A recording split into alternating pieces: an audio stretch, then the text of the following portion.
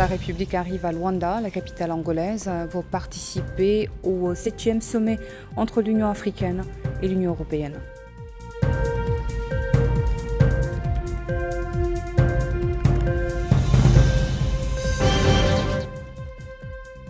Dans son discours lors de la cérémonie de clôture de la conférence nationale pour l'autonomisation des jeunes, le président de la République annonce une série de décisions répondant aux demandes et aux aspirations de la jeunesse.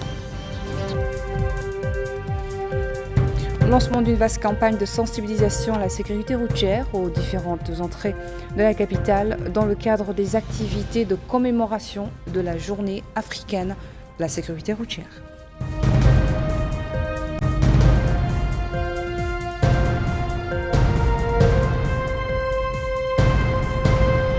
Bonsoir à toutes et à tous et merci de nous joindre à nous pour ce journal. Nous l'ouvrons par l'actualité présidentielle.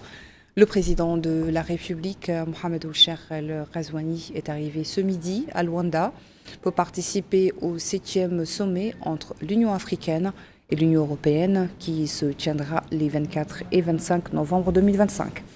À son arrivée à l'aéroport international Castro de Fevereiro, le président a été accueilli par Teto Antonio, ministre angolais des Affaires étrangères, ainsi que par Mohamed Mekhala, ambassadeur de notre pays à Luanda. Le président de la République est accompagné d'une délégation, Nani Chouka, ministre chargé du cabinet du président de la République, Mohamed Salem Merzouk, ministre des Affaires étrangères, de la coopération africaine et des Mauritaniens de l'extérieur, El Hussein Naji, ambassadeur de Mauritanie à Addis Abeba, Ahmedou Edey Mohamed Razi, conseiller à la présidence de la République, Aïssata Daouda Diallo, conseillère à la présidence, El Hassan Ahmed, directeur général du protocole d'État.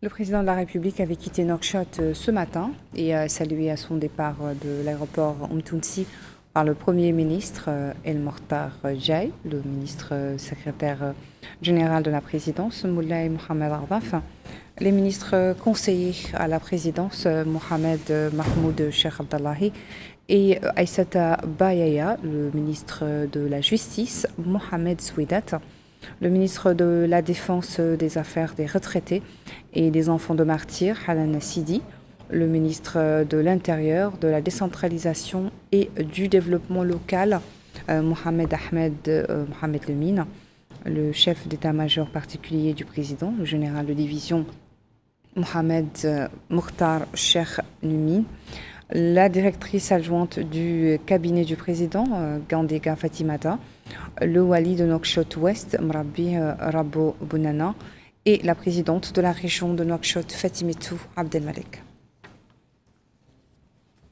Comme annoncé dans les titres, le président de la République a adressé hier un message à la jeunesse mauritanienne à l'occasion de la clôture de la conférence nationale.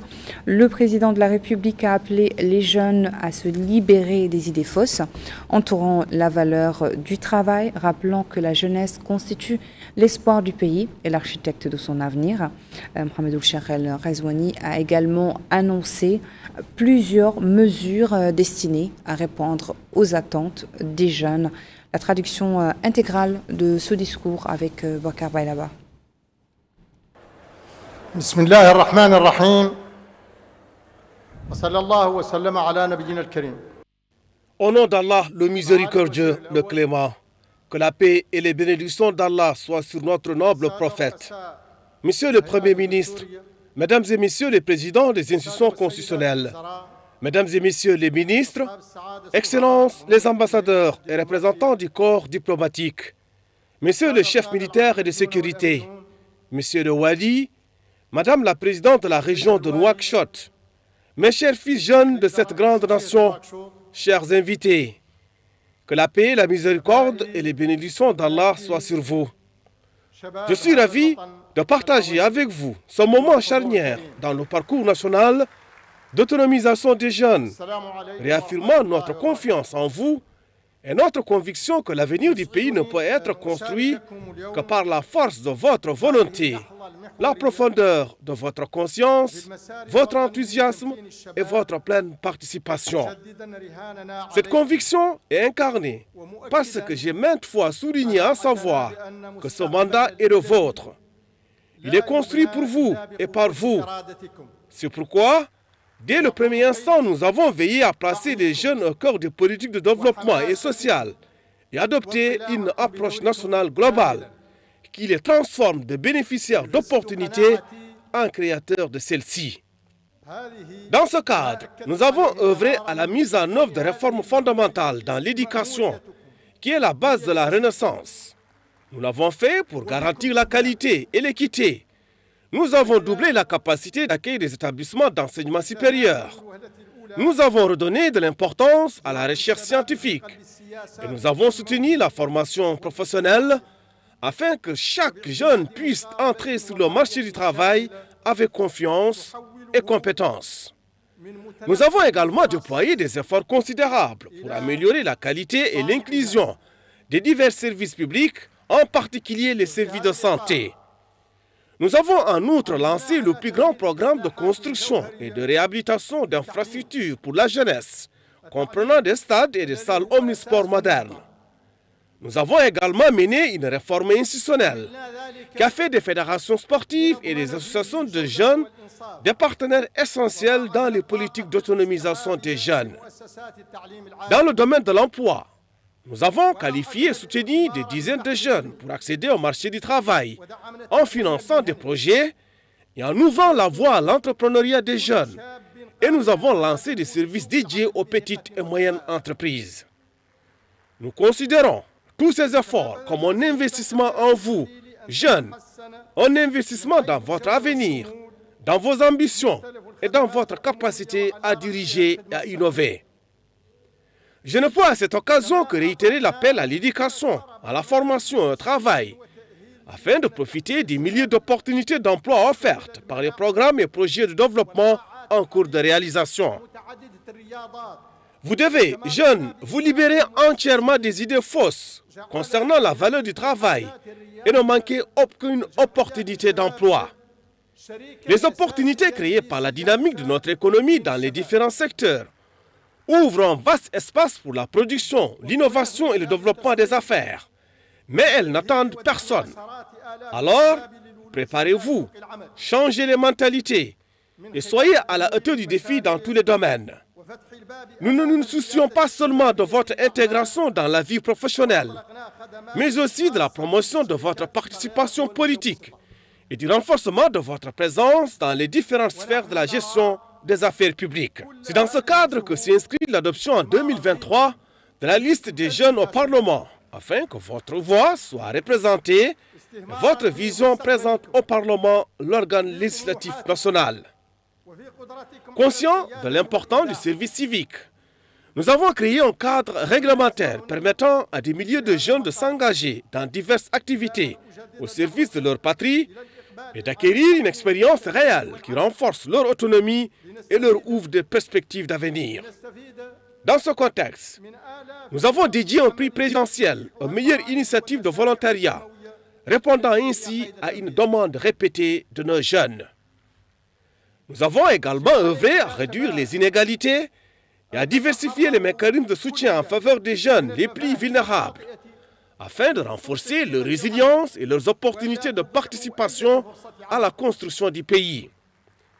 L'égalité des chances n'est pas pour nous un simple slogan, mais un engagement que nous nous efforçons de concrétiser jour après jour, comme en témoigne notre décision de réserver des places dans les écoles d'excellence aux enfants des familles les plus vulnérables, en prenant en charge leur soutien éducatif afin qu'ils puissent exceller dans ces écoles. Chers jeunes, j'ai suivi avec intérêt les discussions qui ont eu lieu lors de vos sessions, les défis que vous avez présentés et l'espoir et les ambitions que vous avez exprimés. Notre fille Oum Al-Ahlim Bint Mohamed Sidi nous a lu il y a un instant les recommandations issues de ces sessions. Je suis heureux d'annoncer une série de décisions qui répondent à vos demandes et à vos aspirations.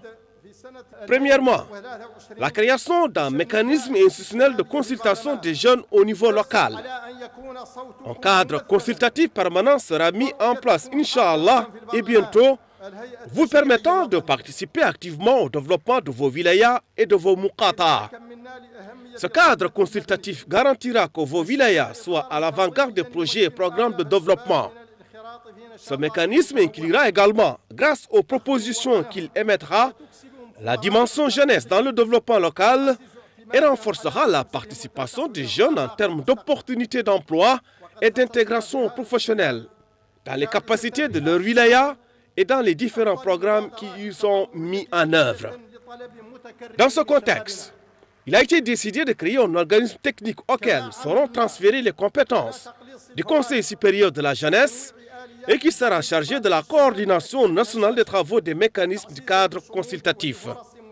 Deuxièmement, concernant le renforcement de l'impact des programmes d'emploi, ces programmes seront renforcés en augmentant le budget du fonds d'emploi pour soutenir un plus grand nombre de projets de jeunes et afin d'intensifier et de renforcer l'intégration entre les secteurs gouvernementaux et avec le secteur privé afin qu'aucune opportunité d'emploi ne soit perdue.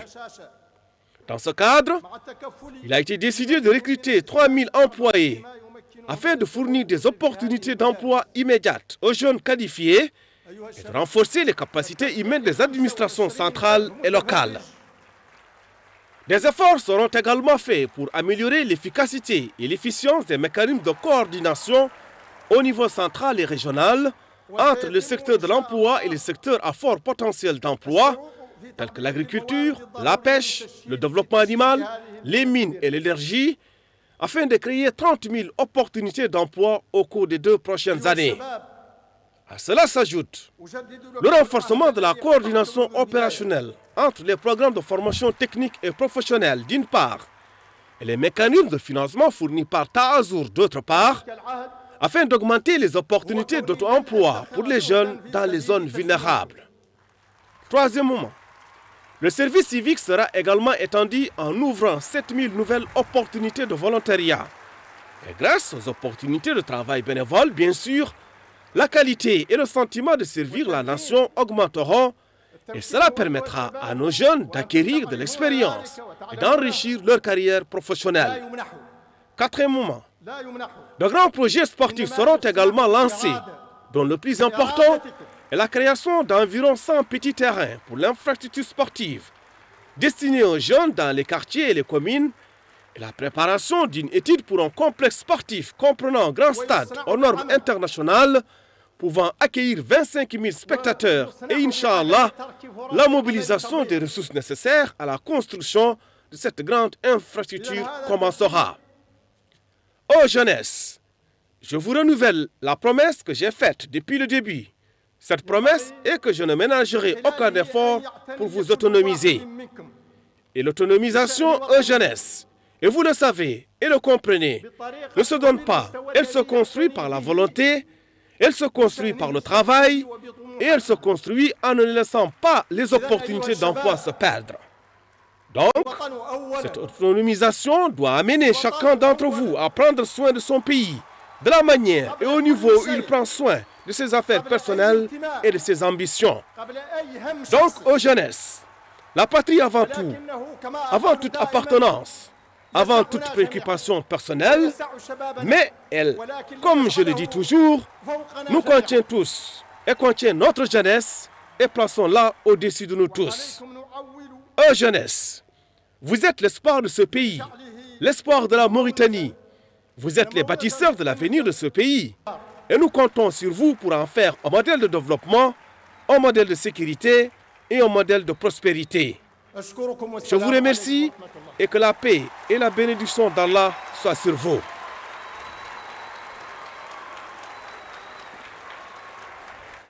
Cette allocution marquait donc la fin de ce rendez-vous national. Retour à présent sur la cérémonie de clôture au Palais du Congrès. En effet, le président de la République a présidé hier soir au Palais El Morabitoun la cérémonie de clôture du Congrès national pour l'autonomisation des jeunes.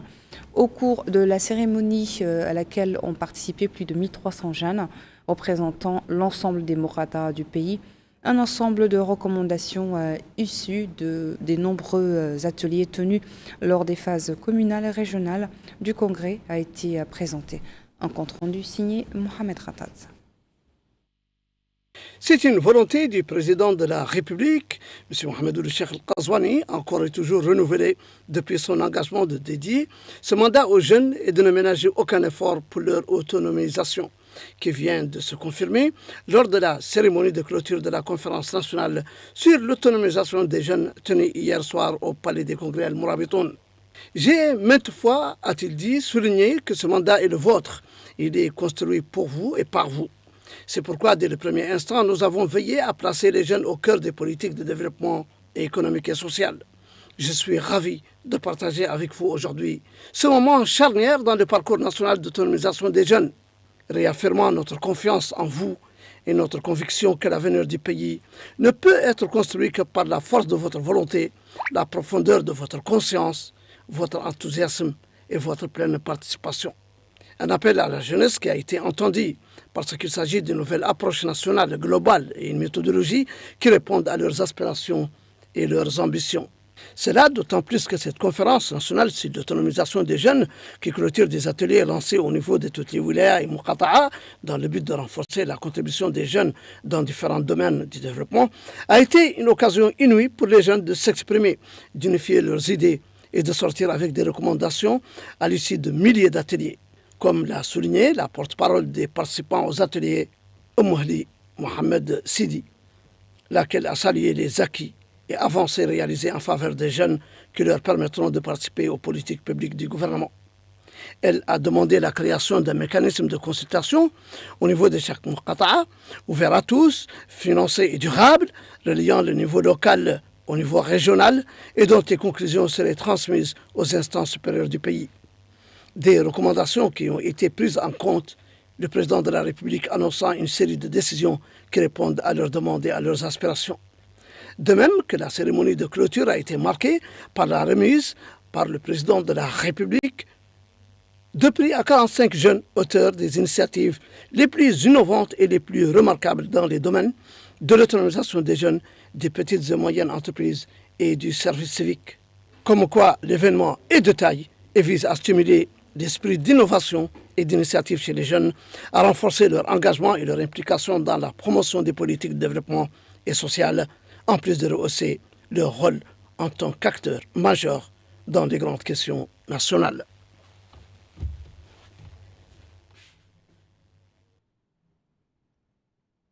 Un vaste programme de sensibilisation routière vient d'être lancé aujourd'hui à Nouakchott. Le ministre de l'Équipement et des Transports, Elil Veric, a lancé depuis le pont de l'Amitié à Nouakchott une campagne de sensibilisation à la sécurité routière.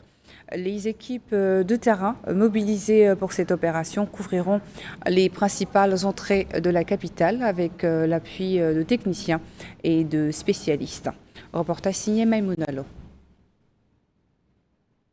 La journée africaine de la sécurité routière. Le ministre de l'Équipement et des Transports, en partenariat avec la sécurité nationale et de la société civile, lance une vaste campagne de sensibilisation pour enrayer le fléau des accidents de circulation.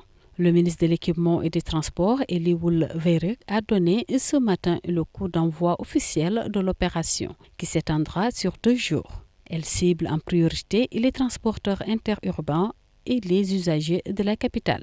Au programme, distribution de brochures en arabe et en français, illustrées de schémas explicatifs sur les infractions à éviter, ainsi qu'une série de conseils pratiques pour les conducteurs. Des équipes mobiles sont déployées aux points sensibles de Nouakchott pour informer, orienter et rappeler les règles de prudence. L'objectif est de fédérer tous les acteurs autour d'un même mot d'ordre qui est stopper la perte tragique de vies humaines sur nos routes. C'est sur cette note que s'achève notre journal. Merci à vous de votre attention. Le rappel des principaux titres. Le président de la République arrive à Luanda, la capitale angolaise, pour participer au 7e sommet entre l'Union africaine et l'Union européenne.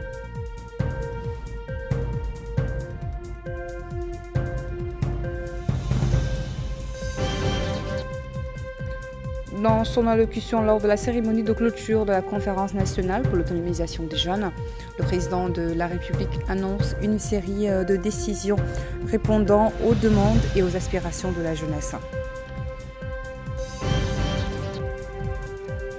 Lancement d'une vaste campagne de sensibilisation à la sécurité routière aux différentes entrées de la capitale dans le cadre des activités de commémoration de la journée africaine de la sécurité routière.